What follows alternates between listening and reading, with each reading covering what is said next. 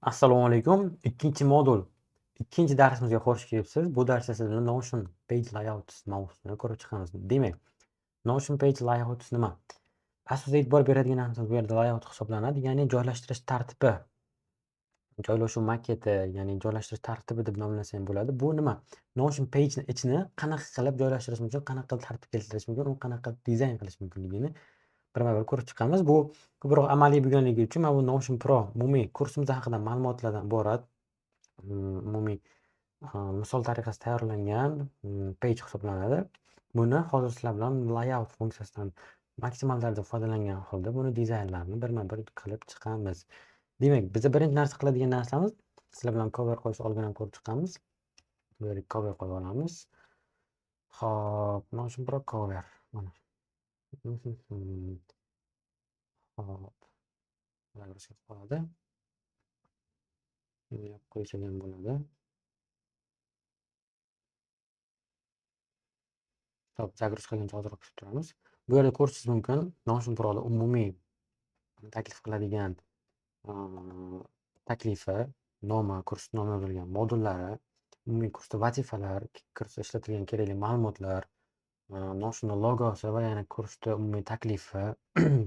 Bundan tashqari, mana shu modullar syomkasi bo'yicha kichik bir data bazada jarayonni qanaqa ketayotganini bir shabloni projekt management desa ham bo'ladi. Ya'ni nima ish qilish kerakligi va qanaqa holatlarga ko'rsatib turadigan bir kichik data bazadan iborat. Mana Notion Pro coverimizni upload qilib oldi.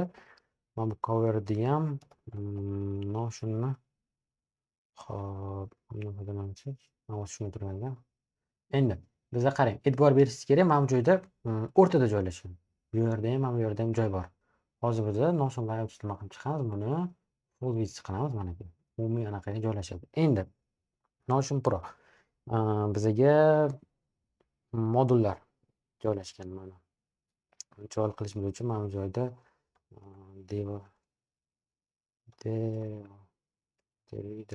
divider qo'shamiz. Modullarni tagidan, hop, divider tagidan bilan birma-bir tepaga birma-bir bilan tepaga ko'chirib chiqishimiz kerak. Hop, hammasini ushlashimiz uchun hammani hozir ushlaymiz. Mana 6 nuqtani bor, bemalol tepaga surib olsak bo'ladi. Endi qarang, mana bularning hammasiga ikon qo'yib chiqamiz. Bu nima? Kirish. Cover bizaga kerak emas. Iconni o'zgartirib chiqamiz. Bunga masalan enter'imiz qilsak,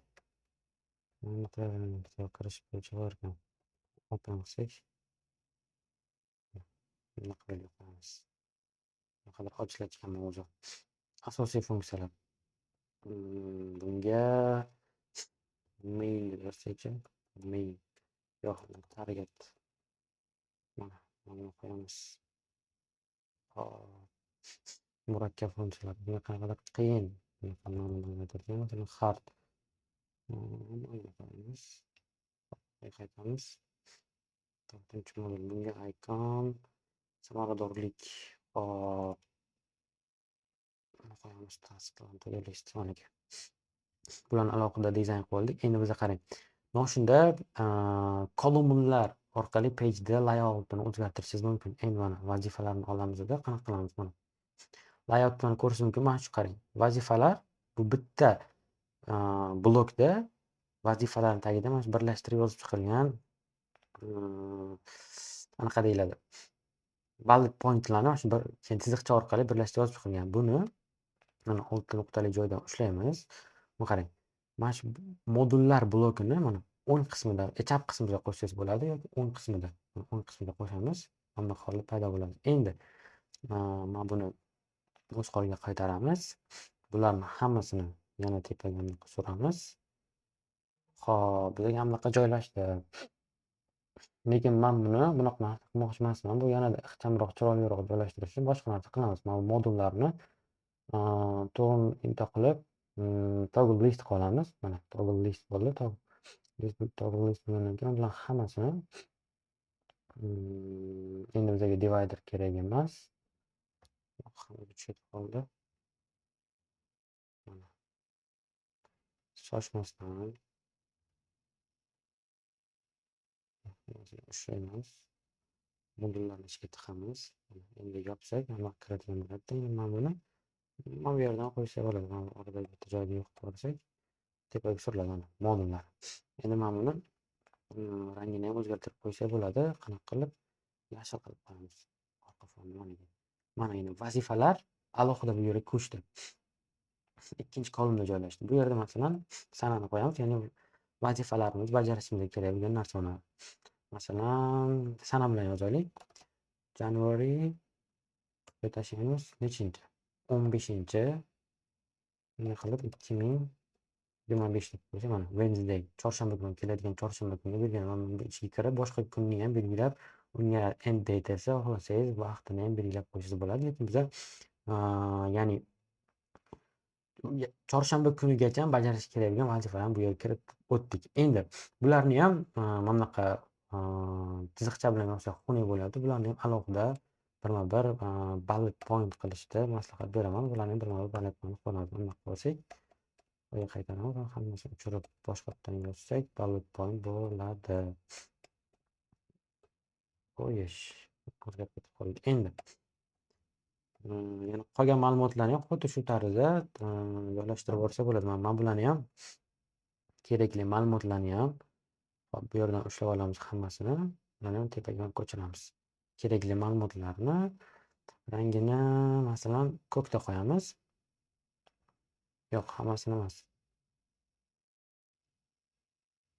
Masalan, aynan shu kerakli ma'lumotlar so'ziga boshqani qilib beramiz, rang beramiz. Masalan, ko'k rang beramiz.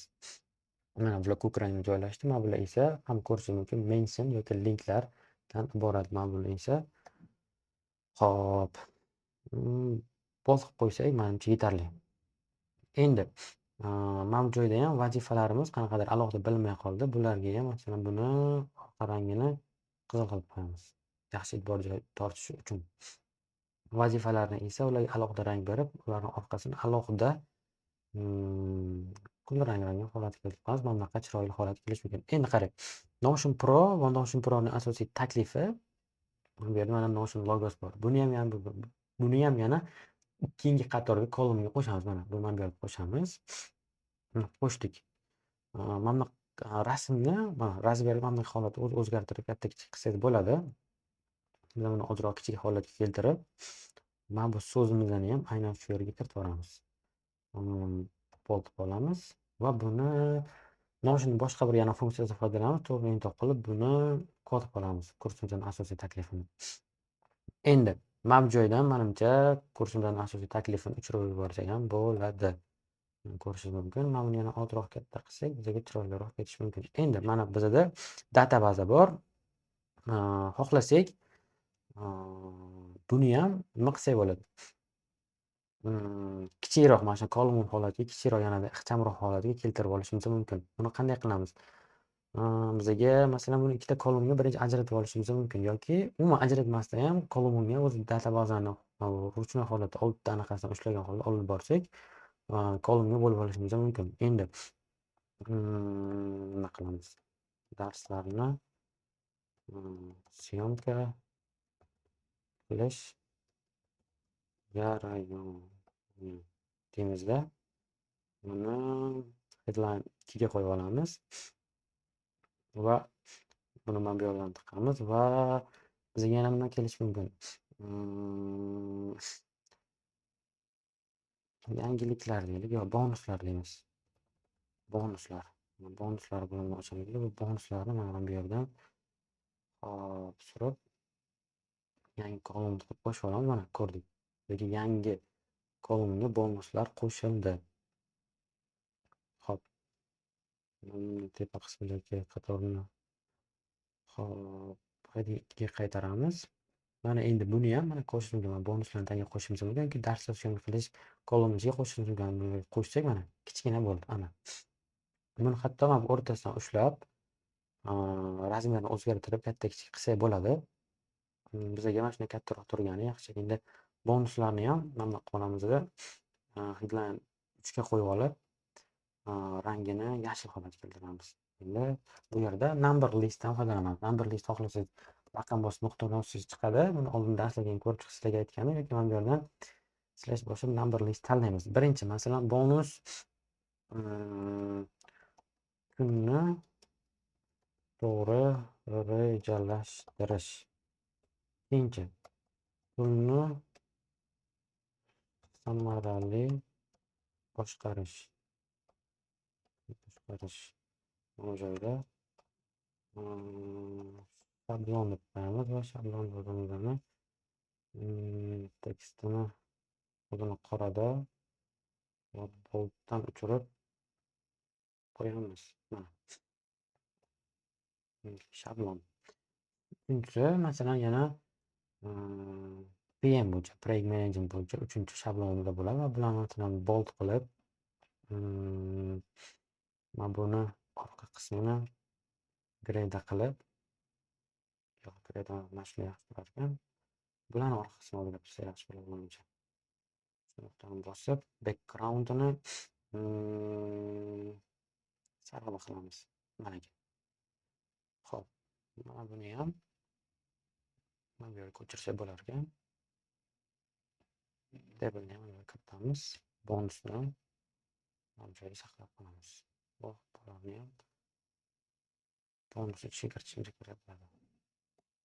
Mana aka. Mana ko'rishingiz mumkin, darsimizda to'liq pejni barcha funksiyalardan foydalangan holda chiroyli joylovchi va tartibga keltirishni ko'rib chiqdik. Buni hozir maksimal bor funksiyasidan foydalanishga harakat qildim, lekin o'z ehtiyojidan, o'z proyektidan, o'z loyihasidan kelib chiqib, o'ziga moslab olib, layoutlardan har xil funksiyalardan foydalansangiz bo'ladi. Tashqari mana boshqadan kirib ko'rsam, mana qarang, boshqa pejda turamiz. Mana asosiy funksiyalar moduldan Notion Pro pejga kirish orqali sizga mana bunaqa chiroyli ko'rinish paydo bo'ladi. Bu yerda nimalarni ko'rishingiz mumkin? Mana Notion Pro kursi deb qo'yamiz. Kursi mana modullar bosib ochiladi. Har bitta modul alohida pej bilan bosish orqali ichiga o'tib ketishimiz mumkin. Orqaga qaytamiz yoki mana modullarni yopib qo'yib vazifalar bajarishga kerak bo'lgan kerakli ma'lumotlar, darsda foydalangan shablonlarimiz, prezentatsiya yoki foydalangan qanaqadir pejlarimiz, undan tashqari umumiy o'zimiz uchun foydalanishimiz mumkin bo'lgan kichik bir data baza. Bu data baza view orqali mana buni kattaroq qilib ochsak bizga yaxshiroq bo'lar ekan. Hop, qo'llarni buzolmasligimiz kerak. Hop, buni qisqartirsak bo'lar ekan. Mana bu data baza orqali syomkani, darslar syomkasini data bazada ko'rib borishimiz mumkin. Endi bularning barchasidan o'zidan foydalaning, ko'proq amalda qo'llash orqali yanada yaxshiroq natija qilishingiz mumkin. Keyingi darslarda ko'rishguncha rahmat.